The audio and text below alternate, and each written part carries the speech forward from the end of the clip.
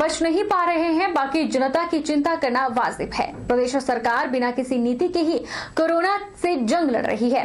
Covid से जारी जंग में प्रदेश सरकार पूरी तरह से विफल है। यह आरोप विधायक किन्नौर जगत सिंह नेगी ने पत्रकार वार्ता के दौरान कहे। उन्होंने कहा कि प्रदेश में किसी भी पुलिस थाना और अन्य क्षेत्रों में कोरोना पॉजिटिव पाए जाने पर पूरे कार्यालय को सील कर दिया जाता है। ऐसे में क्या कारण है कि मुख्यमंत्री के कार्यालय को सील नहीं किया गया, जबकि मुख्यमंत्री के कार्यालय में 2 कोविड केस पाए गए हैं।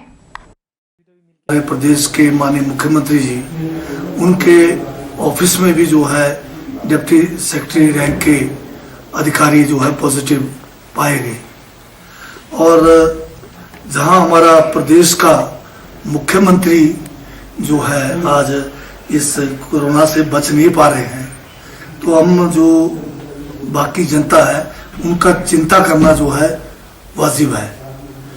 मेरा ये आरोप है कि माननीय मुख्यमंत्री जी जो है यज्ञ के माध्यम से कोरोना की जंग लड़ने की बात कर रहे हैं। थाली और जो है घंटा बजाकर जो है कोरोना से लड़ने की बात कर रहे हैं।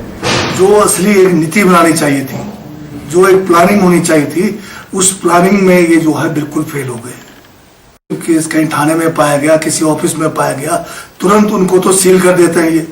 अब जब मुख्यमंत्री के कार्यालय में बड़े अधिकारी जो है पॉजिटिव पाए गए, एक नहीं बल्कि 2 पाए गए, क्या कारण है कि मुख्यमंत्री के कार्यालय को सील नहीं किया गया? और आज अब सुनने में आ रहा है कि अब सेक्रेटरी जाएंगे तो परमिट लेके जाएंगे। अरे परमिट तो पहले ही वहां पर जो है परमिशन तो पहले लेना पड़ता है सेक्रेटरी में आम जनता को।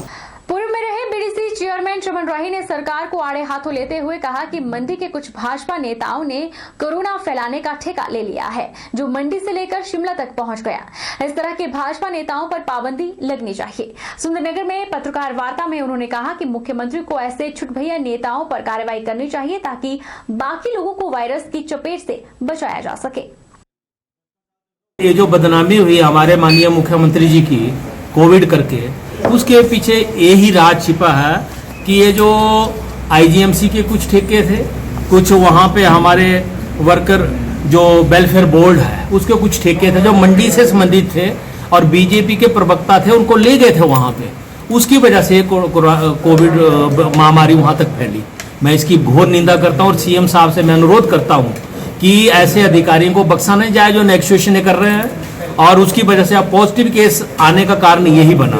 सौदेबाजी हो रही थी वहां पे, और ये जो लोग जो मंडी से जुड़े हैं वो मुख्यमंत्री का नाम बदनाम करना चाहिए। मैं मुख्यमंत्री से भी अनुरोध करूंगा कि ऐसे लोगों को मुंह न लगाए। कोरोना की दस्तक से गिरिपार के ग्रामीण क्षेत्र में दहशत का माहौल है। एहतियात के तौर पर नोहरा धार बाजार को सैनिटाइज किया गया, साथ ही बाहर से आने वाली सभी गाड़ियों बसों को भी सैनिटाइज किया गया। मंगलवार को राजगढ़ में 2 और शिलाई में 1 व्यक्ति के कोरोना पॉजिटिव आने से नोहरा धार में व्यापार मंडल, पुलिस प्रशासन, वन विभाग, स्वास्थ्य विभाग की एक अहम संयुक्त बैठक आयोजित की गई। बैठक में कड़े फैसले लिए गए। नोहराधार में तेजी से फैल रहे कोरोना की रोकथाम के लिए ठोस निर्णय लिए गए हैं, जिसमें नोहराधार बाजार अब हर रोज सुबह 9 बजे से शाम 6 बजे तक खुला रहेगा। कोई भी व्यक्ति बिना वजह और बिना मास्क के बाजार में नहीं घूमेगा। अगर बिना मास्क के बाजार और बाहर पाया गया तो तुरंत चालान काटा जाएगा। प्रशासन द्वारा निर्णय लिया गया है कि अगर कोई भी व्यक्ति चाहे स्थानीय क्यों ना हो, अगर चूड़धार की ओर जाते दिखे तो उसे क्वारंटाइन सेंटर नोहराधार में 14 दिनों तक क्वारंटाइन कर दिया जाएगा। आज नोहराधार बाजार को सैनिटाइज किया जा रहा है, क्योंकि कोविड-19 के केस जो है वो सिरमौर में भी पूरी तरह दस्तक दे चुके हैं।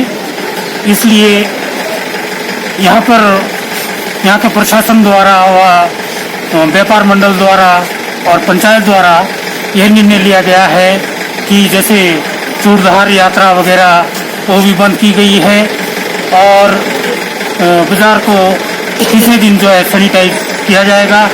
और जो भी ये विशेषकर जहाँ तक मेरी ये आवाज़ पहुँची है, मैं आग्रह करूँगा कि चूड़धार के लिए कोई भी यात्री ना आए। करसोग में एक बार फिर कोरोना का कहर छा गया है। ग्राम पंचायत शाहौट में फिर से एक कोरोना पॉजिटिव मामला आया है। अभी हाल ही में एक 2 साल की बच्ची कोरोना पॉजिटिव आई थी। आज 8 दिन बाद उसी परिवार से एक और कोरोना पॉजिटिव आया है, जिससे पूरे करसोग और पंचायत में हड़कंप मच गया है। कोरोना पॉजिटिव को करसोग से मंडी भेज दिया गया है। में अभी आज जो कोरोना पॉजिटिव का जो मेरे पंचायत शाहौट में जो पॉजिटिव केस आया है, उसमें पोती जो पहले पॉजिटिव आई थी उसके दादा श्री मोल राज जी रात को क्वारंटीन की पॉजिटिव रिपोर्ट पहुंची है, जिससे आज सुबह महकमा पूरा प्रशासन एसडीएम महोदय, नायब तहसीलदार साहब, एसएचओ सोसाइटी उनके पहुंचा और उनको एम्बुलेंस के माध्यम से क्वारंटीन सेंटर नीचे मंडी ले गए। और उसके पश्चात प्रशासन के अधिकारी शाम तक पूरी होनी तक हमें कोई इन्फॉर्मेशन नहीं मिली है। जैसे प्रशासन की जो मिलती है उसके मुताबिक पुलिस अधिकारी के तहत भी फील्ड में जानकारी प्राप्त करेंगे, हम आपको उसका पूरा इलाज करा देंगे। यहाँ पे पहले तो जो यहाँ पे कोरोना पॉजिटिव दूसरा केस आया हुआ है वो सेम फैमिली का है। उसी से जो लड़की पहले 2 साल की यहाँ पॉजिटिव आई थी उसी के ही रिलेटिव हैं, उसके ग्रैंडफादर हैं ये। तो उनका पहले शिफ्टिंग करनी पड़ती है, तो जो अपने मंडी से आई हुई है एम्बुलेंस, उसने उनको शिफ्ट किया गया, प्रॉपरली सैनिटाइज किया गया यहाँ और उनको शिफ्ट कर दिया है। और बाकी ये जितना एरिया कंटेनमेंट जोन है उसमें पहले से ही हमारी ड्यूटी लगी है, वो ड्यूटी कंटिन्यू है। वक्त चला है छोटे से ब्रेक का, ब्रेक के बाद फौरन लौटेंगे।